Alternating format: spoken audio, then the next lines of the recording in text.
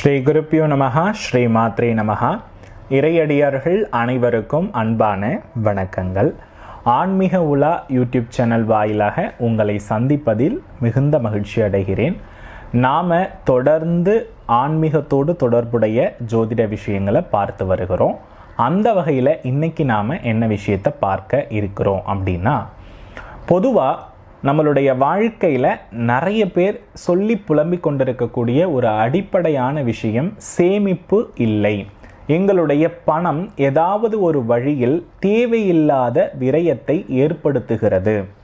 அது மட்டும் இல்லாமல் ஒரு நகை வாங்குகிறோம், அந்த நகை வாங்குகிறோம் அப்படின்னா அதை எங்களால் அனுபவிக்க முடியலை, உடனடியாகவே அடகு கடைக்கு போயிடுறது.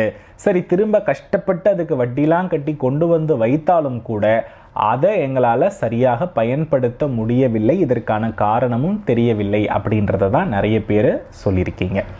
பொதுவாக இந்த இடத்துல ஒரு அடிப்படையான விஷயத்தை நாம் புரிஞ்சுக்கணும். இந்த உலகத்தில் சேமிப்பை சொல்லக்கூடிய ராசி, பொருளாதாரத்தை மேம்படுத்தக்கூடிய, விருத்தியடைய செய்யக்கூடிய ராசி என்பது என்ன அப்படின்னா கும்ப ராசி. இந்த கும்பம் அப்படின்னாலே சேமிப்பு அப்படின்னு அர்த்தம். ஒரு காலத்தில் ஒரு 100 வருடங்களுக்கு முன்புலாம் ஒருவருடைய சேமிப்பு எதன் அடிப்படையில் இங்கே உருவாக்கப்பட்டிருக்கிறது அப்படின்னா, அதாவது கடம் என்று சொல்லக்கூடிய மண்பானையில் பொருட்களை சேகரித்து வைப்பதன் மூலம் தான் அவங்களுடைய பணக்காரத்தன்மையினுடைய வெளிப்பாடு இருந்தது. அதுதான் சேமிப்பு. இன்னைக்கு நாம் பார்த்தீங்கன்னா பேங்க்கு அப்படிலாம் சொல்கிறோம் இல்லையா? ஸோ அது அந்த காலத்தில் பானையில் தான் எல்லாமே பொருளை என்ன பண்ணாங்க, சேமித்தாங்க.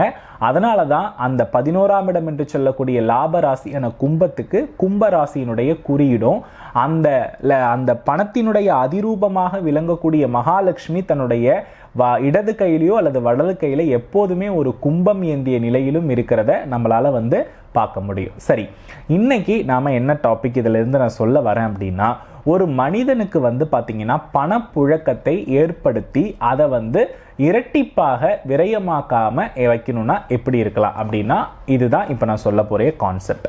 இப்போ நிறைய பேர் என்ன பண்ணுவாங்க அப்படின்னா, தன்னுடைய வீட்டினுடைய தென்மேற்கு பகுதியில் ஒரு பீரோ, அந்த பீரோக்குள்ள பணம் வைக்கிறது நல்லது அப்படின்றத தான் வாஸ்து விதியும் சொல்லுது.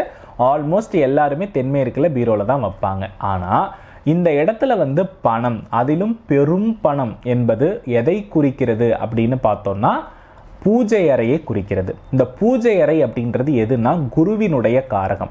இப்போ உங்க அனுபவத்துக்கு யாராவது பெரும் தொழிலதிபர்கள் அல்லது பெரும் நகை வியாபாரி இப்படிலாம் இருக்கவங்களை நீங்க பார்த்தீங்கன்னா, அவங்க வீட்டினுடைய பூஜை அறையும் பணப்பெட்டகம் வைக்கும் இடமும் ஒரே இடத்திலே இருக்கும்.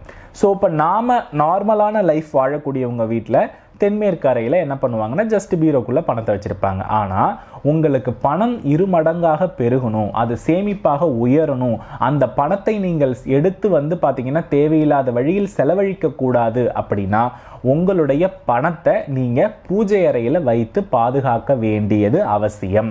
அப்படி நீங்கள் அதை பயன்படுத்தும் பொழுது பூஜை அறை என்ற குருக்காரகம் அதை பல மடங்காக உங்களுக்கு உருவாக்கி தரும் என்பதும் அடிப்படையான உண்மை.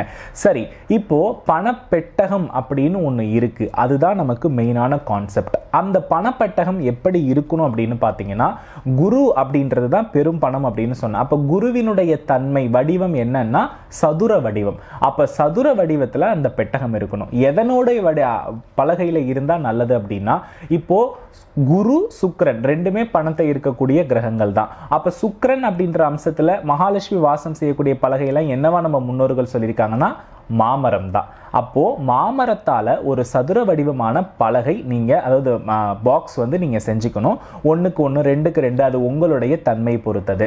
அந்த பலகை அந்த நம்ம பாக்ஸ் பண்றதினுடைய அந்த மூடியில பாத்தீங்கன்னா கும்பத்தினுடைய உருவம் இருக்கணும்.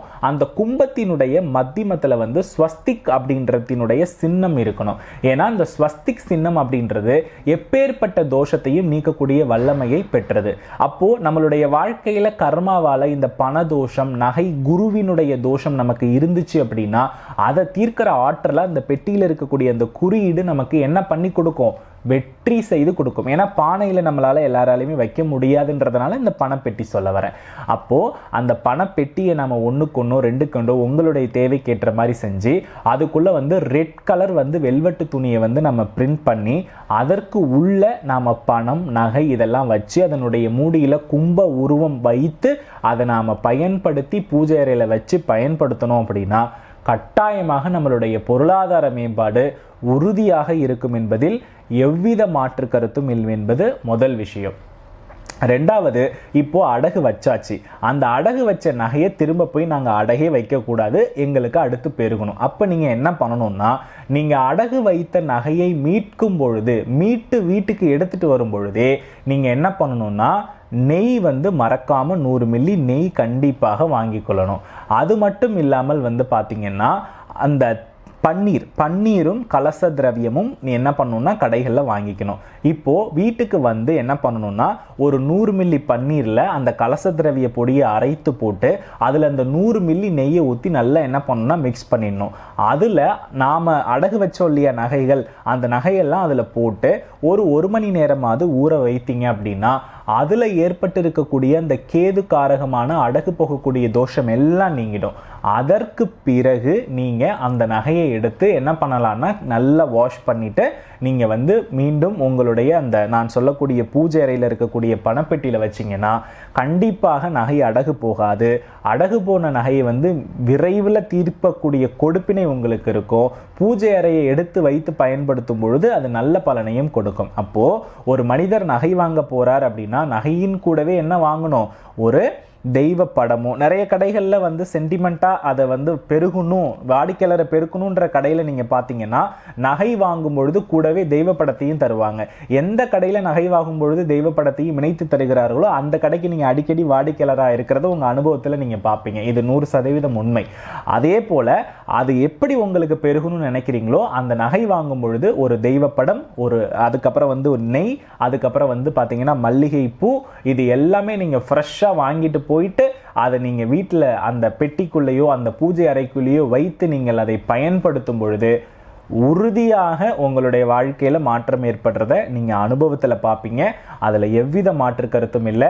அதுபோல் இந்த நான் நகைப்பெட்டி ரகசியம், பணப்பெட்டி ரகசியம், அதில் பதித்து அதில் ஸ்வஸ்திக் இருந்து உள்ள வெல்வெட்டு துணியோடு அதில் நீங்கள் பொருளாதாரத்தை வச்சு பூஜை அறையில் பயன்படுத்தும் பொழுதும் ஒரு மிகப்பெரிய மாற்றம் உங்களுடைய குடும்பத்திலும் உங்களுடைய சேமிப்பிலும் கடனை அடைக்கிறதுக்கான கான்செப்டிலும் உங்களுக்கு ஒரு பெரிய ரிலீவ் தரும் என்பதில் எவ்வித மாற்று கருத்தும் இல்லை. இது என்னுடைய பண ஈர்ப்பு விதி வகுப்பில் சொல்லப்பட்ட ஒரு அற்புதமான ரகசியமான விஷயம். அதை நான் உங்களுக்காக நான் சொல்லியிருக்கேன். ஸோ இதை லைஃப்பில் நல்லா ஃபாலோ பண்ணி நிறைய சேமிப்பு நிறைய பணத்தோடு நீங்கள் வாழணும் அப்படின்னு நான் இறைவன் கிட்ட வேண்டிக்கிறேன். மேலும் அடுத்து ஒரு நல்ல அற்புதமான ஆன்மீக தகவலோடும் அதோடு ஜோதிட தொடர்போடும் உங்களை சந்திக்கிறேன். அதுவரை உங்களிடமிருந்து விடைபெறுகிறேன். மறக்காம ஆன்மீக உலா யூடியூப் சேனலை சப்ஸ்கிரைப் பண்ணுங்க. வெற்றிவேல் முருகா. நன்றி, வணக்கம்.